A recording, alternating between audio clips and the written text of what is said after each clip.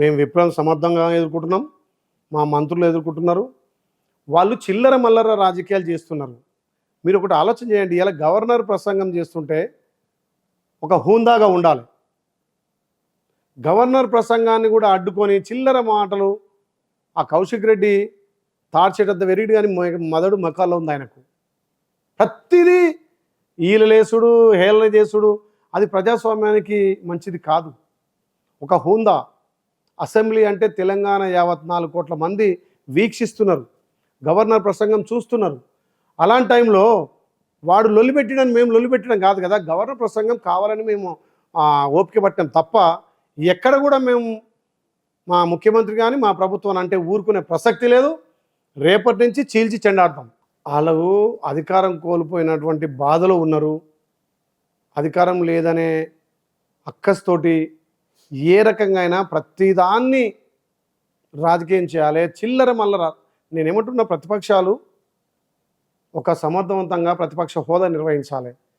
ప్రభుత్వానికి సూచనల సలహాతో పాటు మేమేమైనా తప్పులు చేస్తే విమర్శించాలి. కానీ గవర్నర్ ప్రసంగం అనేది గత సంవత్సరంలో మేము చేసిన అభివృద్ధి కార్యక్రమాలు, రేపు చేయబోయే పనులు గవర్నర్ చదివి వినిపిస్తుంటాడు. అది యావత్ తెలంగాణ ప్రజలు మొత్తం కూడా టీవీల ద్వారా వీక్షిస్తుంటారు.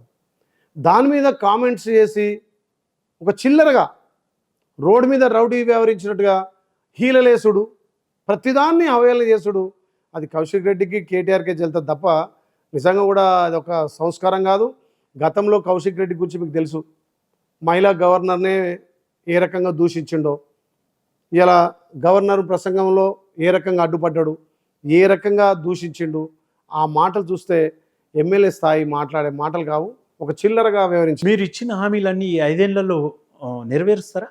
100కి 100 పాళ్ళు మేము ఇచ్చిన హామీలను అమలు చేసుకుంటూ, గత ప్రభుత్వం కూడా ఇచ్చినటువంటి సంక్షేమ పథకాలు కావచ్చు, ఇప్పుడు గత ప్రభుత్వం కళ్యాణ లక్ష్మి ఇచ్చింది మేము ఆపలే కదా, షాదీ ముబారక్ ఇచ్చింది ఆపలే కదా, రైతు బీమా ఇచ్చింది మేము ఆపలే కదా.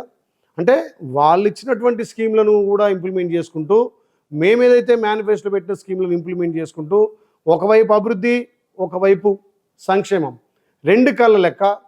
వాళ్ళు 10 ఏళ్లలో రాష్ట్రాన్ని విధ్వంసం చేసి 7.5 లక్షల కోట్లు అప్పు చేసిన, వాళ్ళు ఎన్ని తప్పులు చేసినా వాళ్ళ అప్పులకు వడ్డీలు కట్టుకుంటూ, వాళ్ళని తప్పులను ఒక్కొక్కటిగా సరిదిద్దుకుంటూ మా ప్రభుత్వం ముందుకు పోతుంది. కాంగ్రెస్ పార్టీ మాట అంటే మాట మీద నిలబడే పట్టి కాబట్టి కాంగ్రెస్ పార్టీ మాట అంటే మాట తప్పదు.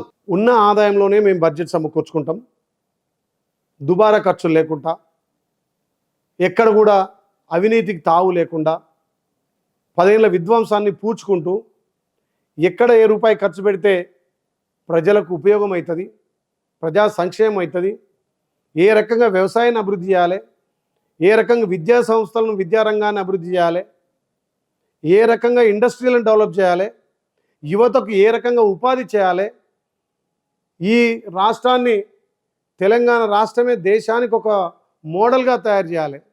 ఇప్పటికే వ్యవసాయ రంగంలో ఉత్పత్తిలో, వడ్ల ఉత్పత్తిలో భారతదేశంలో నెంబర్ 1 స్థానానికి వచ్చింది. ఇలా కులగణనలో దేశానికే రోల్ మోడల్ అయింది.